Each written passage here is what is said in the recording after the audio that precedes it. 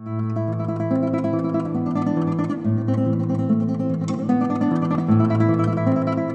name is Richard Blair. I am the patron of the Orwell Society. The purpose of the society is for the members to come together to discuss various aspects of my father, George Orwell. My name is Quentin Kopp. My role in the Orwell Society is to organise events for the members, be they one-day events or more ambitious ones like the one we're just completing. My father was George Kopp. If you read Homage to Catalonia, you'll see that George Orwell speaks very highly of his commandant, as my father was. The purpose of this trip is to see where my father had been. It's an extraordinary thought, isn't it? Yeah. That Orwell was looking at over as your father was, and the legacy lingers on. And I feel it's my job as patron, my pleasurable job as patron, to come out with new members so that they may see the places where George Orwell formed his views, which became the genesis of both Animal Farm and 1984. We had a comprehensive tour led by Nick Lloyd of the sites particularly associated with Orwell and my father in Barcelona. I don't know if you remember from Orwell, knowing the May days, he talked about there was one of the machine, I don't know, it was second O, wasn't it, on the colonne. There was a machine gun in here during the May days. Yeah, all talks about this. One of the highlights in Barcelona was the very great privilege that we were accorded to go into what is called the Polyrama, which in fact is the Academy of Science and Arts of Barcelona, and to be accorded the privilege of going up onto the roof where my father had spent several days watching across the road to the other side.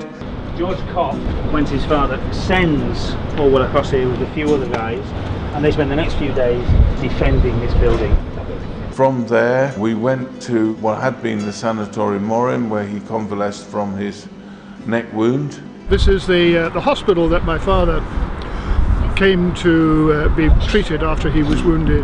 And it's now the Benjamin Franklin International School, and then we had an evening of questions and answers from pupils and parents. When you were young and it was the first time you read your father's book, 1994, what feelings did you get? Like, were you inspired to make a change? Obviously, I'm extremely proud and very grateful for what he did, and it's amazing how even today he is becoming even more read, I think, because of the situation in the world.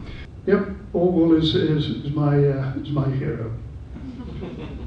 And then we drove out to Aragon, where we stay in an absolutely wonderful restored building with a church in it in Sierra del Cubieri with 360-degree views. It's absolutely stunning.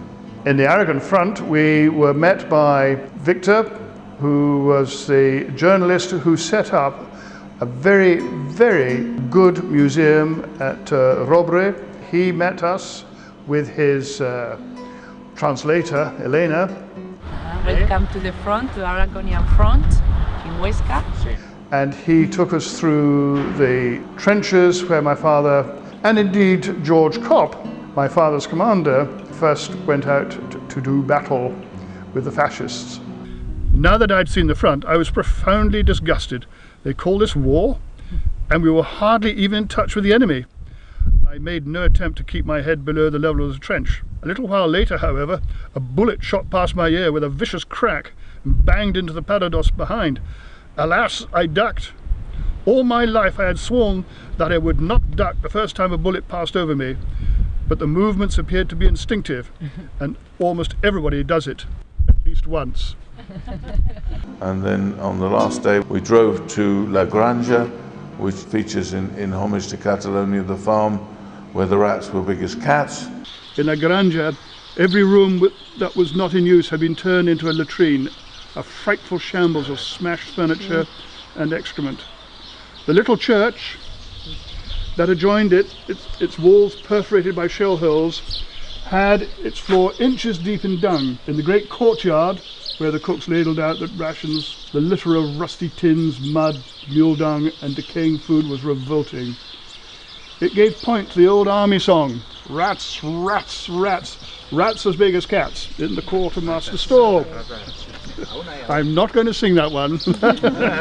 We then went to Montflorite, where he was treated and convalesced from having a hand wound, and on to Monte Aragon, which is an old castle that was a key point that was fought over because of its prominent elevated position during the Civil War. After a wonderful event put on by the local bookshop to promote Orwell, we finished with a very nice lunch and toasted with coffee in Huesca, one thing that Orwell wanted and never had, but the Society has been able to provide today.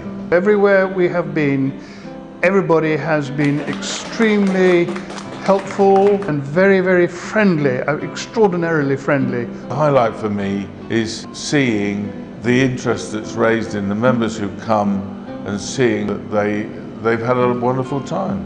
Anybody who wants to be a member, all they have to do is to approach the Society, and we are delighted to take them on board. The only qualification is an interest in Orwell. All you have to do is to do www.orwellsociety.com.